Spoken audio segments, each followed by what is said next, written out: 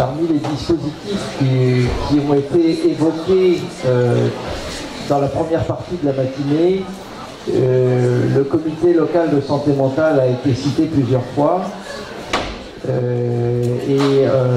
C'est dans cette perspective que nous avions souhaité associer Franck Bourdiel, qui en est le coordinateur, mis à disposition par l'établissement pour être coordinateur du comité local de santé mentale. Donc il va nous exprimer un petit peu ce que c'est et sa première expérience. C'est un comité qui est encore tout neuf, mais qui commence à travailler. Et puis donc à ses côtés Madame Guéguen, qui est assistante sociale, qui remplace un peu au pied levé Madame Le Boucher, et qui a une expérience dont elle va nous faire part. Donc je vous passe tout de suite la parole, hein, sans plus d'introduction. Merci, bonjour à tous et à toutes. Je voulais remercier d'abord le Docteur Toulouse et l'association Croix-Marine de m'avoir invité pour participer à cette journée qui résonne d'emblée. Alors, pour me présenter rapidement, moi je suis assistant social de formation et donc il y a un an, j'ai travaillé à l'EPSM depuis 2000 en psychiatrie adulte, en pédopsychiatrie et puis j'ai travaillé un petit peu auparavant en addictologie rue de Bretagne, un service qui a changé de nom qui s'appelait le CSST et qui maintenant s'appelle le XAPA. Donc je suis aujourd'hui responsable du service social de l'EPSM. C'est une équipe de 20 assistants de service social qui sont répartis en fait sur l'ensemble des secteurs de psychiatrie adulte, de pédopsychiatrie et certains services non sectorisés, le SMPR, le XAPA CARUD, et je crois que j'oublie personne. Voilà. Donc une équipe relativement importante où c'est vrai que la question du logement et de l'habitat, j'ai entendu avec intérêt les propos de Jean-Luc Charlot, on en avait échangé aussi, c'est vrai, nous sur un plan, j'entendais des collègues travailleurs sociaux, sur un plan un petit peu concret et pragmatique, parfois on est confronté à plutôt effectivement trouver une solution d'hébergement ou de logement plutôt que, et c'est sans doute dommage d'avoir le temps de travailler aux conditions dans lesquelles les personnes qu'on accompagne vont vivre. Donc mon propos, je voulais rappeler rapidement, ça me semble important dans le cadre hospitalier, les missions du service social. On est souvent perçu comme, alors on dit des fois électron libre, on dit on ne sait pas trop si on est dedans, si on est dehors, on est un peu les deux probablement, un peu entre deux aussi parfois. En tout cas, le service social et notamment le diplôme d'état d'assistant social, c'est une profession réglementée. Là, en ce qui nous concerne, on mène nos interventions donc, dans un cadre spécialisé en établissement public de santé et plus particulièrement en psychiatrie et en santé mentale, donc dans un contexte local. Donc les 6 secteurs de psychiatrie adulte, pour faire vite au niveau départemental, n'interviennent pas sur Vire et Bayeux et Canor également, mais sur tout le reste du département. Donc c'est un territoire assez important. La profession d'assistant de service social, voilà quelques rappels rapides. Pour certains, je pense que c'est pas forcément utile, mais en tout cas pour moi ça l'était. Soumis au secret professionnel, on engage sa responsabilité professionnelle dans les choix et les décisions qu'on prend quand on accompagne les personnes. On s'inscrit dans une démarche éthique et déontologique. C'est une profession qui dispose d'un code de déontologie qui n'a pas de valeur légale mais qui est reconnu par la profession.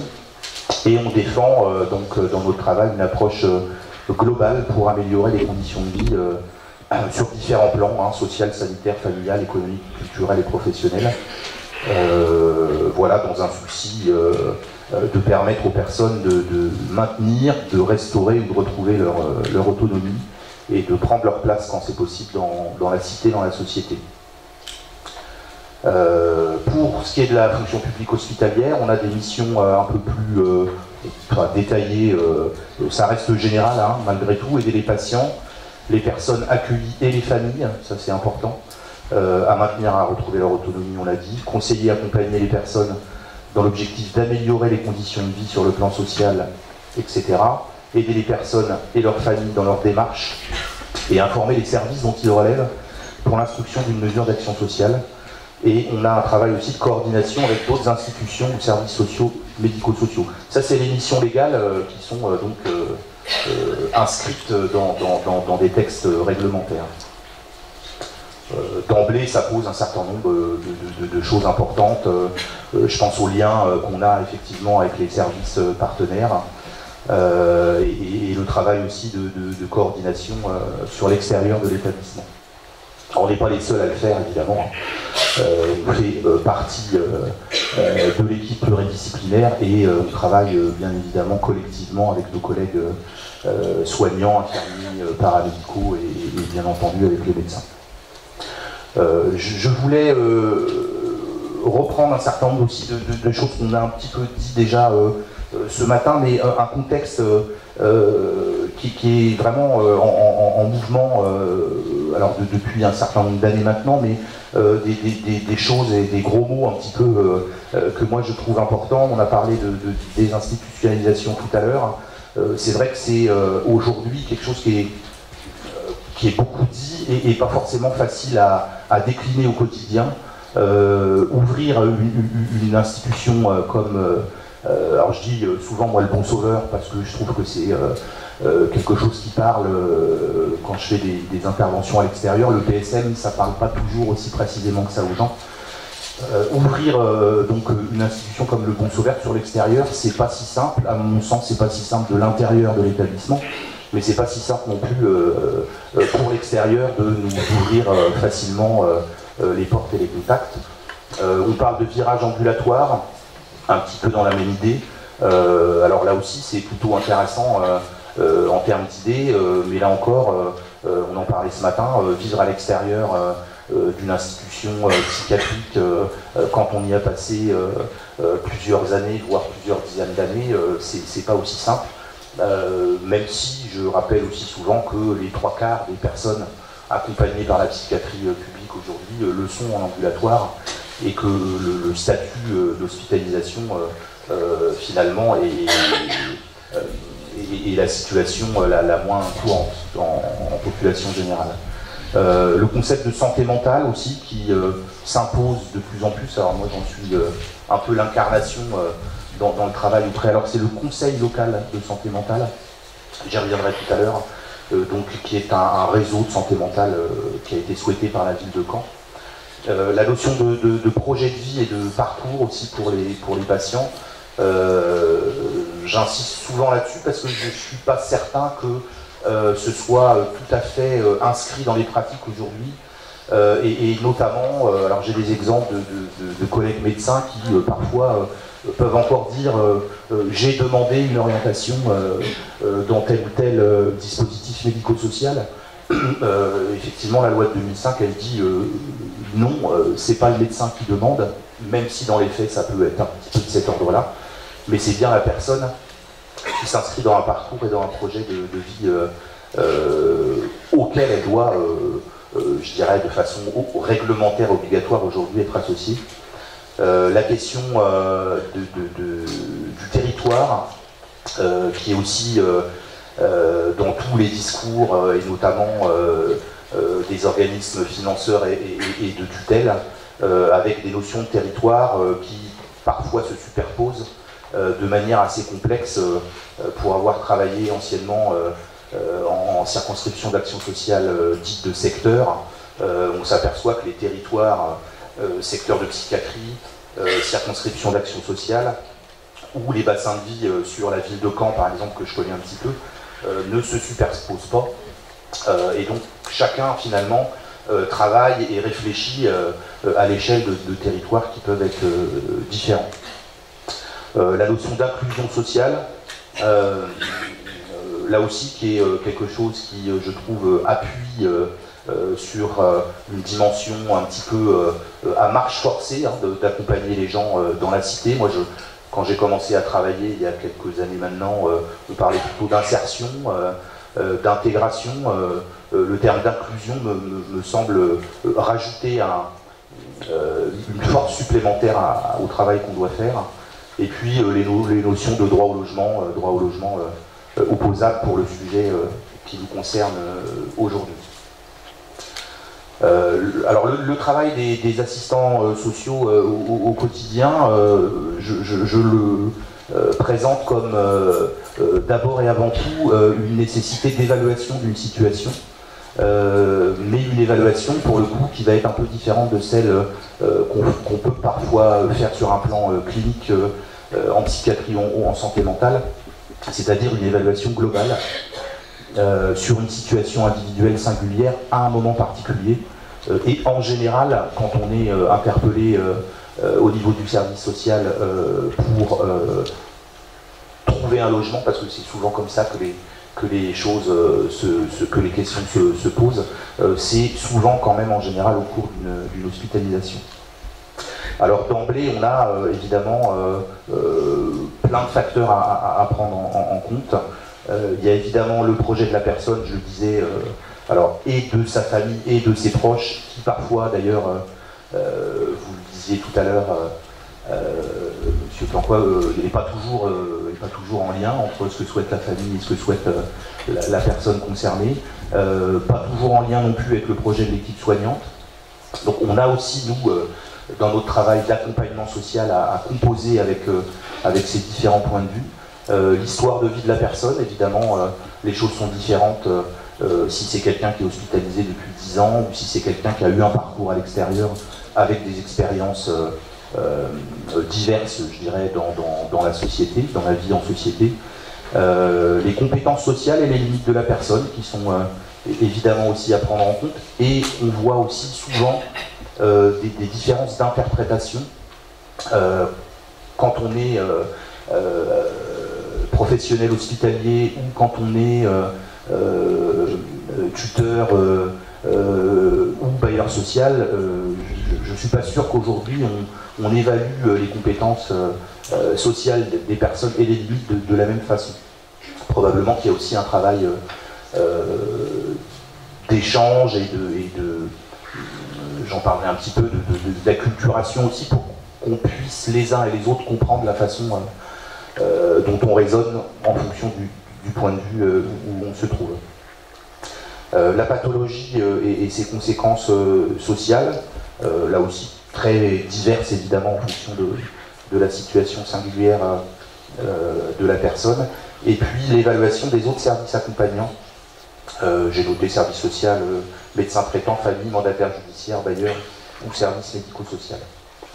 Donc un travail d'évaluation qui est d'emblée souvent complexe pour finalement proposer un projet cohérent, réaliste et qui puisse avoir une chance d'aboutir à... Alors encore une fois, je suis probablement un peu pragmatique, mais à une solution concrète en termes de logement ou d'hébergement. Alors mettre en perspective, une fois qu'on a fait cette évaluation, mettre en perspective avec les outils et les dispositifs du territoire, et là aussi les choses sont pas forcément toujours très simples dans l'organisation des dispositifs. On est un pays qui aime bien les dispositifs à mon sens un peu compliqués. Du coup on a effectivement des dispositifs dans le champ social qui ont une organisation particulière, avec, je pense, au dispositif d'urgence par exemple, la question du côté du soin, de l'utilisation du dispositif 115 qui pose parfois quelques difficultés dans les représentations qu'on peut en avoir là aussi, et puis la réalité concrète, je dis souvent, enfin on se dit souvent avec les collègues du service social, actuellement le 115 à Caen, c'est quasiment à coup sûr savoir qu'on va être dehors au moins quelques temps avant de pouvoir intégrer, un dispositif d'hébergement, chambre d'hôtel ou autre. Là aussi, je ne suis pas certain que l'ensemble des acteurs ait en tête cette réalité-là aujourd'hui. Et puis donc toute la gamme dont on a parlé donc dans le champ social, hein, c'est-à-dire de mon point de vue des dispositifs qui ne nécessitent pas notamment de passer par une reconnaissance du handicap de la MDPH. Hein, donc les CHRS, les résidences accueil, les maisons relais, les résidences sociales, le logement social et ou logement privé. Alors j'avais noté aussi qu'on peut s'appuyer sur un certain nombre de dispositifs et de services pour accompagner les démarches vers le logement. Je pensais notamment à des mesures comme l'accompagnement social lié au logement, le fonds de solidarité pour le logement. Là on est plus dans un dispositif d'aide financière hein, pour pouvoir faire face aussi très concrètement au paiement d'un premier loyer et d'une caution. Et puis un dispositif un peu plus récent, l'accompagnement vers et dans le logement.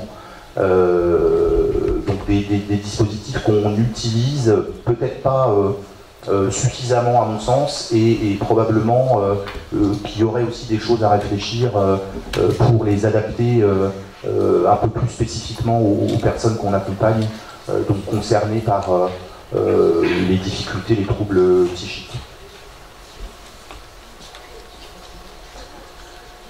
Autre niveau, donc l'accompagnement social vers le logement, mais dans le champ médico-social.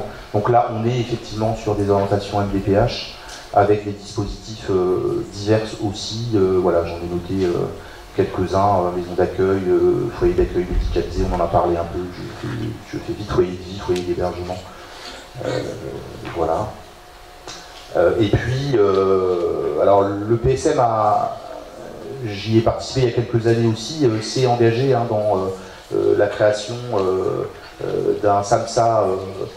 Alors je trouvais intéressant l'échange de tout à l'heure aussi sur le fait que finalement ce SAMSA est issu aussi de l'établissement public de santé mentale, donc établissement psychiatrique, et probablement que ça a un petit peu teinté la façon dont ce SAMSA fonctionne ou a fonctionné. En tout cas, ça a permis, malgré tout, d'une part d'ouvrir la réflexion de l'établissement sur la possibilité de s'inscrire dans une démarche d'établissement médico-social, et puis très concrètement aussi de proposer une solution, là pour le coup, de logement et peut-être d'habitat, parce que la question de finalement la situation de la résidence, alors c'est un SAMSA un peu particulier, qui est situé sur une résidence identifiée, où sont logés, je crois que c'est 21 résidents. Voilà, SAMSA et SAVS pour donc le service d'accompagnement non médicalisé. Voilà, j'avais illustré un petit peu avec un schéma qui montre quand même la complexité des accompagnements, parce qu'il s'agit quand même pour nous de se retrouver dans un environnement où il y a effectivement tout un tas de dispositifs avec des cycles parfois difficiles à mémoriser. On essaye, mais c'est souvent difficile. Ou alors, quand on les mémorise trop bien, on finit par parler une langue qui n'est pas forcément comprise toujours des interlocuteurs qu'on a. Voilà, un mot quand même sur là aussi le local, dans des dispositifs spécifiques. Je pensais notamment à l'accueil familial thérapeutique ou à un service d'HAD psychiatrique. C'est des outils dont on ne dispose pas aujourd'hui sur le territoire. À ma connaissance, le département et la région, je ne sais pas trop, si c'est dans la Manche. Et là aussi, je me dis que c'est peut-être des pistes de réflexion, parce que ce sont des outils qui sont plutôt intéressants, à mon sens. Voilà, beaucoup de dispositifs, on vient de le voir, des limites, beaucoup encore, en tout cas c'est ce que j'observe moi sur le territoire, plutôt de l'agglocanèse, mais de structures et de services inadaptés aux problématiques psychiques. La réticence, de la stigmatisation, on l'entend aussi dans les échanges qu'on peut avoir au CLSM, notamment avec les bailleurs sociaux, des représentations négatives, voire très négatives des pathologies psychiatriques, un manque d'articulation entre les équipes de soins, les services sociaux et médico-sociaux, une méconnaissance et une nécessité d'engager un travail d'acculturation réciproque, j'en parlais un petit peu tout à l'heure. Vraiment, ça me semble essentiel et indispensable d'engager un travail d'échange, peut-être sous forme d'ailleurs de formation ou de choses un peu formalisées dans ces échanges pour apprendre finalement la culture de l'autre et pouvoir se comprendre davantage. Il y a des projets, j'en parlerai tout à l'heure au niveau du CLSM sur ces questions-là. Alors voilà la deuxième partie, donc Sophie Guéguin, qui est une des assistantes sociales de l'équipe du service social hospitalier de l'EPSM, à qui j'avais proposé en principe à 2 voix avec Mélanie Le Boucher-Carnès de venir parler d'une expérience de travail dans laquelle se sont engagés plusieurs travailleurs sociaux de l'équipe. Il y en avait 3 ou... Ouais, donc voilà, une démarche qui a intéressé, une démarche qui est, à mon sens, intéressante dans ce qu'elle montre aussi du, Jean-Luc Charlot disait bricolage, moi parfois je dis tricoter, mais effectivement on essaie de construire aussi des choses parfois avec des méthodes de travail un petit peu originales, en tout cas dans le statut de ce groupe de travail. Je vais laisser Sophie donc vous présenter cette expérience. Donc oui, moi c'est Sophie Guéguin, donc je suis assistante sociale en pédopsychiatrie et j'ai comme point commun avec Mélanie, donc, qui devait être là, notre travail au SNPR. Donc on est toutes les deux intervenues au service psychiatrique des 2 centres de détention de Caen. Donc je vais vous expliquer aujourd'hui les prémices, enfin ça fait 2 ans qu'on se réunit avec le collectif Habitat Intermédiaire. Au départ, il ne s'appelait pas d'ailleurs ce collectif, mais on lui a mis cette dénomination.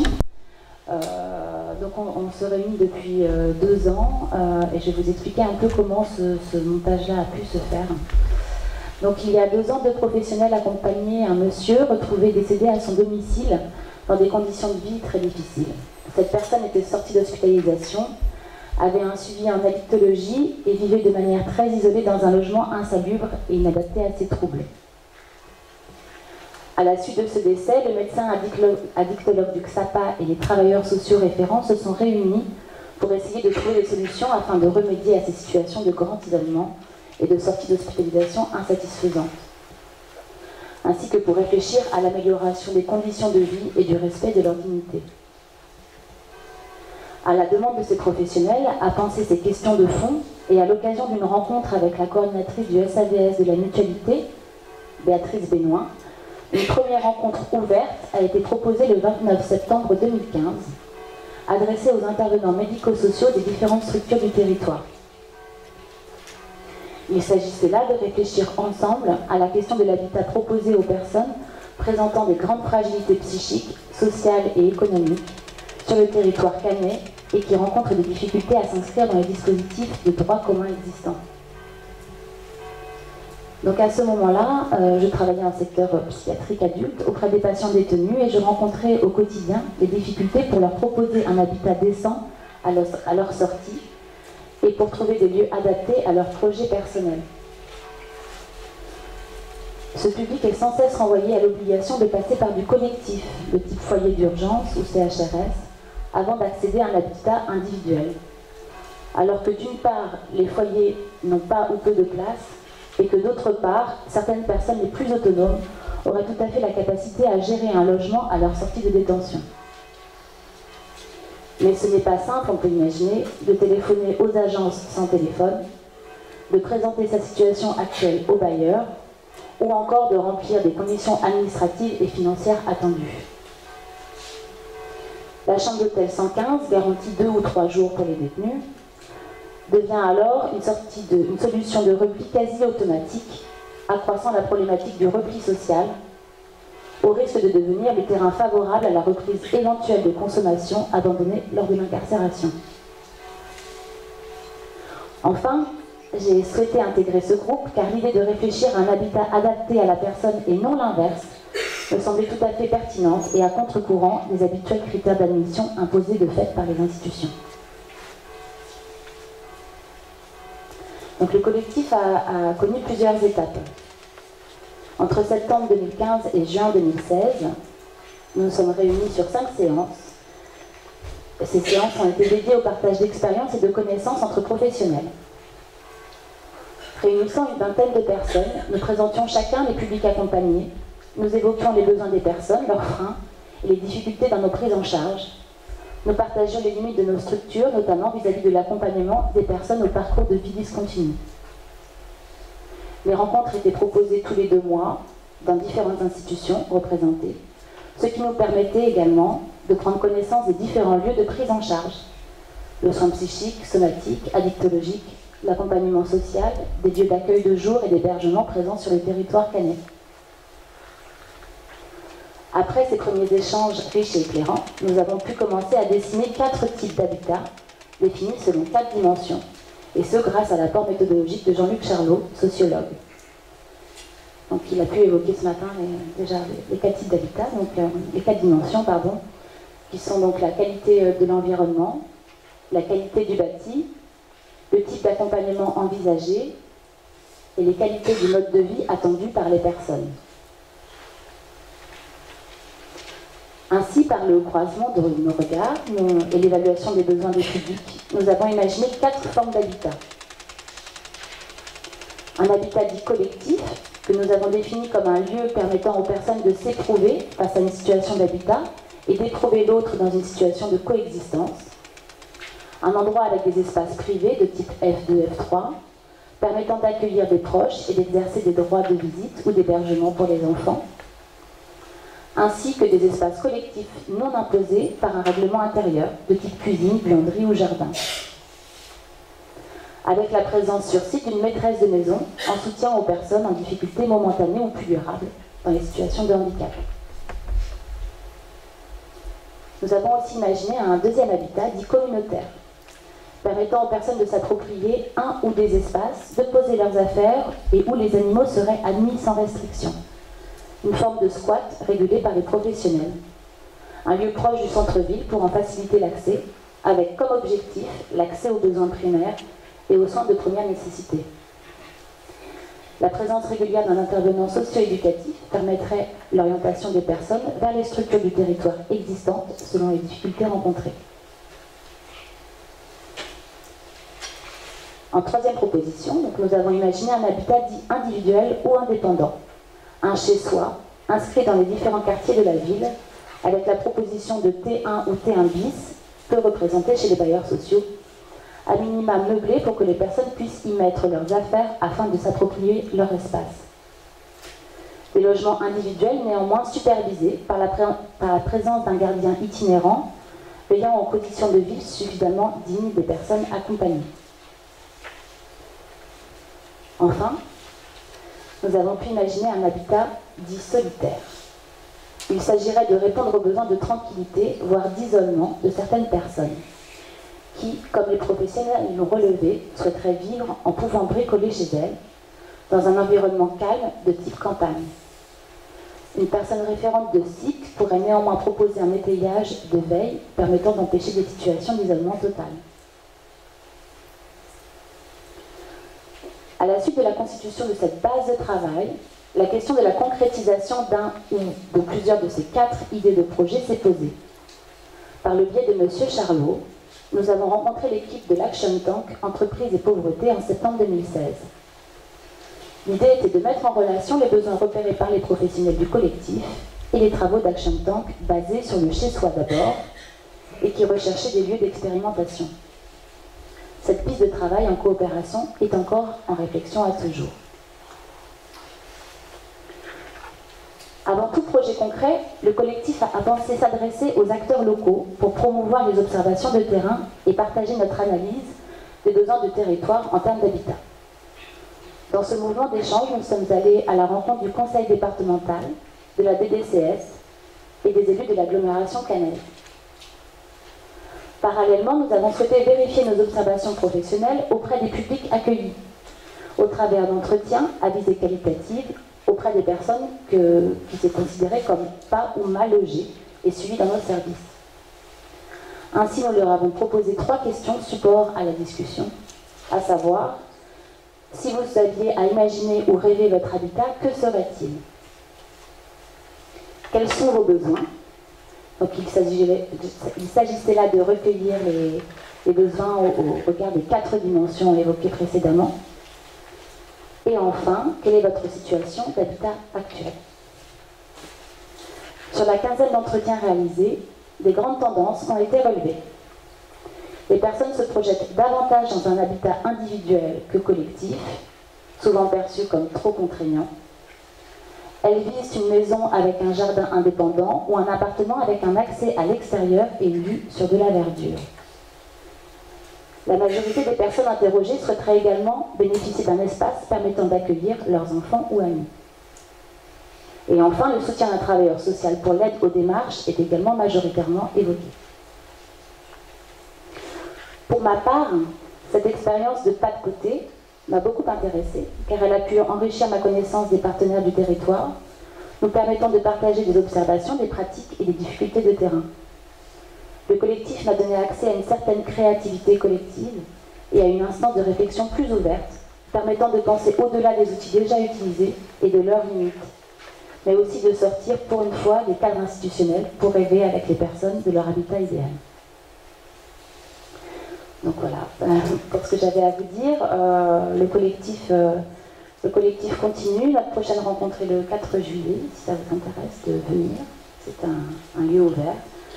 Et nous avons aussi une adresse mail, si vous souhaitez prendre contact.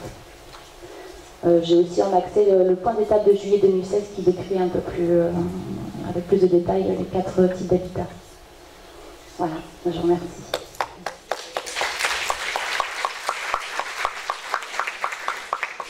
Merci. Sophie, je trouve intéressant cette démarche, tu disais un pas de côté, et pas toujours s'inscrire dans les schémas habituels de travail. On est rentré, alors à la fois dans le soin, mais aussi dans le social et le médico-social, dans la culture de l'appel à projet, où je trouve qu'on perd un peu, du coup, ces initiatives de terrain, et qu'on est plutôt dans des préconisations, diagnostics et autres documents de travail très intéressants, mais qui viennent d'en haut et qui sont parfois un peu en décalage avec, encore une fois, ce qu'on vit quand on accompagne les personnes au quotidien. La transition donc qu'on avait prévue, c'est de faire un peu un point sur donc ce CLSM, donc Conseil local en santé mentale. Le conseil local en santé mentale, il a été souhaité donc, par la mairie de Caen. Pour être précis, c'était l'ancienne équipe municipale qui avait porté ce projet-là, qui a été gardé par l'équipe municipale qui est arrivée après. L'idée étant de réunir, sous la forme d'un réseau, de façon assez générale, les élus, la psychiatrie publique, et les acteurs impliqués, notamment les associations d'usagers et de familles. Donc sur le territoire, c'est essentiellement, pour l'instant en tout cas, Advocacy pour ce qui concerne les associations de personnes accompagnées et l'UNAFAM pour ce qui concerne les associations de familles et d'aidants. Donc le CLSM, c'est un lieu de concertation et de coordination. Donc entre ces dispositifs élus, services de psy, usagers aidants, ça s'appuie sur une volonté politique locale de promouvoir donc la santé mentale. Et l'objectif général, c'est de définir des politiques locales et des actions permettant l'amélioration de la santé mentale de la population. C'est un dispositif qui est pensé, en tout cas par la mairie de Caen, comme s'adressant à l'ensemble de la population caennaise. Donc on n'est pas dans... c'est pas un conseil local de psychiatrie, c'est effectivement plus large dans la définition qui a été donnée. Donc c'est une plateforme qui est ouverte aux élus locaux, aux professionnels de la psychiatrie, aux professionnels de santé, aux acteurs sociaux et médico-sociaux, mais aussi aux associations, donc on a dit associations, je dirais un peu spécialisées, mais aussi plus généralistes, et c'est ouvert aussi à tout citoyen ou acteur local qui se sent concerné par les questions de santé mentale. Je pense notamment aux bailleurs sociaux, par exemple, qui interpellent, aux pôles de vie de quartier, qui interpellent parfois aussi sur le fait d'être confronté à des situations individuelles qui posent des difficultés.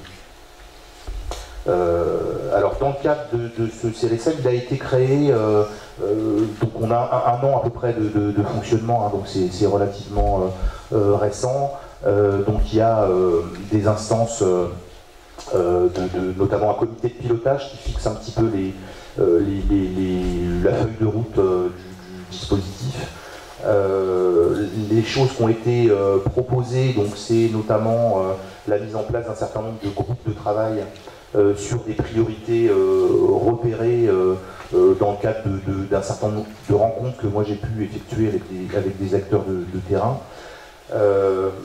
Notamment donc la mise en place d'un groupe de travail qui a pour objet de réfléchir sur la problématique du logement et de la santé mentale, donc évidemment en lien avec la journée d'aujourd'hui. Ce groupe de travail s'est réuni à 2 reprises. Il est composé donc d'un certain nombre d'acteurs locaux. On y retrouve donc Advocacy, l'association donc de Jean-Luc Charlot, Autonomie, j'ai mis Autonomie et Habitat, mais c'est Fabrique Autonomie et Habitat.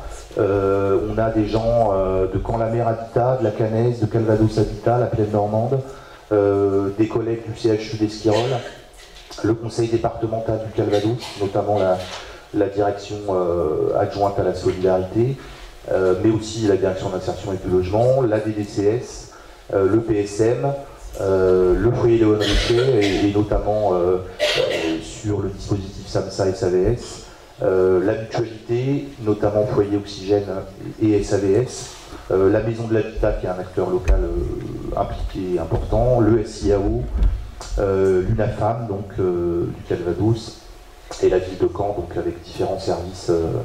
Voilà, moi je suis rattaché, donc mis à disposition par le PSM et je suis rattaché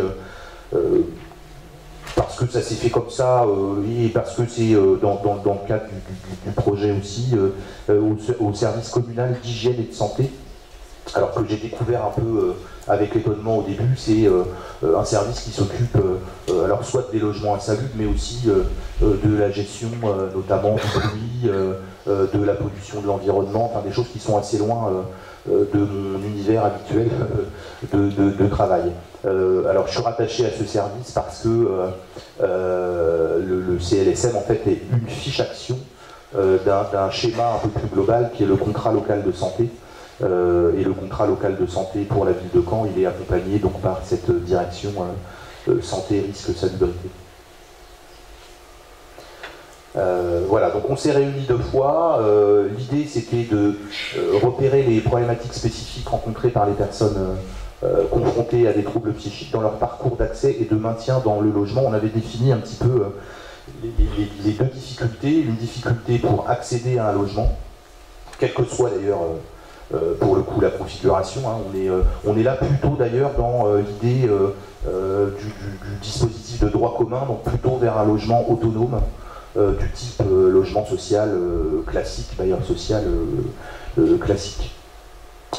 L'idée c'est donc de travailler à l'élaboration d'une charte donc, qui sera dédiée à la santé mentale et au logement. Voilà, on est dans les prémices de ce travail-là, mais avec un intérêt marqué de la part de l'ensemble des intervenants autour de ces problématiques donc de santé mentale et de logement. Un objectif important aussi, c'est la mise en place d'une instance d'aide. Je crois que vous en aviez parlé un petit peu sur Le Havre. On parle, alors, on est accompagné, les CLSM, au plan national par un centre collaborateur de l'OMS, donc c'est le CCOMS de Lille Métropole, qui est donc dirigé actuellement par Jean-Luc Roland et son équipe, et qui ont un rôle de pilotage national. Ce qui est intéressant dans ce travail, c'est que finalement ça fait du lien entre l'ensemble des conseils locaux de santé mentale sur le territoire national. Et puis ça permet aussi de partager des expériences, de partager des questionnements. Donc voilà, il y a un travail entre l'ensemble des conseils locaux. Et oui, je disais, un des axes, c'est effectivement de mettre en place des instances d'aide. Alors on parle de RESAC, parfois réunion d'évaluation sur des situations d'adultes en difficulté. Donc on est là dans le fait de travailler sur des situations individuelles qui peuvent être portées à la connaissance du dispositif de cette instance-là d'évaluation. Donc, on a encore à fixer les modalités, notamment comment on saisit cette commission, quelles informations on donne, et l'idée étant de partager sur la situation dans le cadre d'une équipe pluriprofessionnelle qui sera composée de professionnels de la psychiatrie, mais aussi des bailleurs sociaux, mais aussi des travailleurs sociaux, et présentée par le référent, souvent travailleur social, mais pas que d'ailleurs, ça pourrait très bien être aussi des collègues, pourquoi pas d'un CMP, venir présenter une situation qui à un moment donné fait problème et pour lequel donc cette instance pourra proposer une aide à l'évaluation et à l'orientation. Voilà.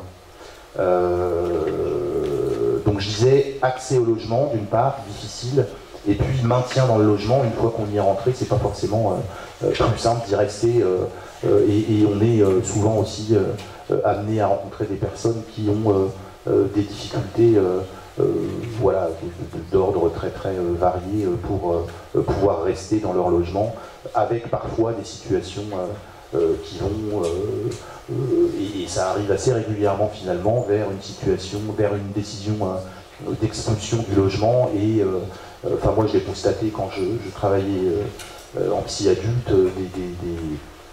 des ruptures qui font que la personne repart à zéro, qu'elle est réhospitalisée parce que dans un environnement pour le coup qui ne lui permet pas de rester à l'extérieur, et elle a plus de logement, et il faut à nouveau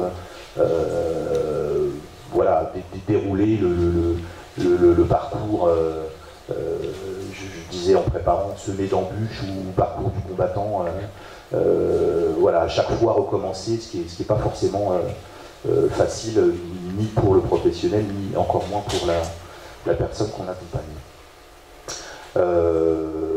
L'instance d'aide, j'en ai parlé. L'idée, c'est d'améliorer la qualité des parcours des personnes vers le logement, et c'est bien entendu de prévenir les ruptures de parcours, notamment en situation de crise. On s'aperçoit aussi, là encore, que les articulations entre les services sociaux, les services de soins, les médecins traitants, l'ensemble des professionnels qui sont impliqués, l'articulation aujourd'hui sur le territoire de Caen reste extrêmement difficile à mettre en place. Alors les uns, je dirais, reprochant aujourd'hui, enfin renvoyant en tout cas la responsabilité des difficultés sur évidemment le service d'en face, quoi. Donc voilà, l'idée c'est aussi de pouvoir en parler. On a commencé à repérer, évidemment quand on est bailleur social on ne voit pas les mêmes choses que quand on est une équipe de soins d'un CMP.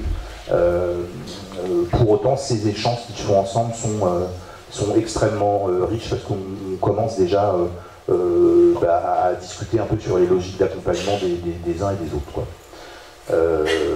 Voilà ce que en gros moi je voulais vous dire.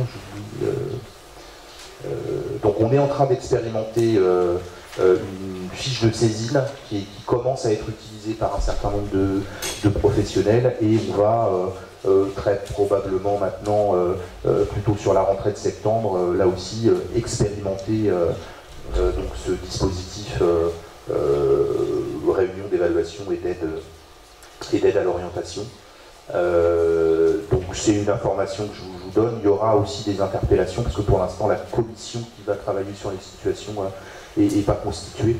Donc on est voilà, à la recherche de professionnels qui seraient intéressés pour y participer. Je vous ai mis donc mes coordonnées au niveau du CLSM, hein, parce que j'ai aussi donc mon activité ici, mais là c'était plus dans le cadre du CLSM. Donc le CLSM il se trouve à la direction santé et salubrité de la mairie de Caen, 15 rue de la Girafe, c'est sur la folie Couvre-Chef. Et puis donc je vous ai mis les coordonnées téléphoniques et mon adresse mail. Il y a des interpellations sur, je dirais, une question autour d'une problématique de santé mentale suffit en soi à se dire pourquoi pas appeler le conseiller local de santé mentale. Voilà. Et pour être tout à fait précis, j'ai un temps de permanence téléphonique le vendredi matin et je vous remercie de m'avoir écouté.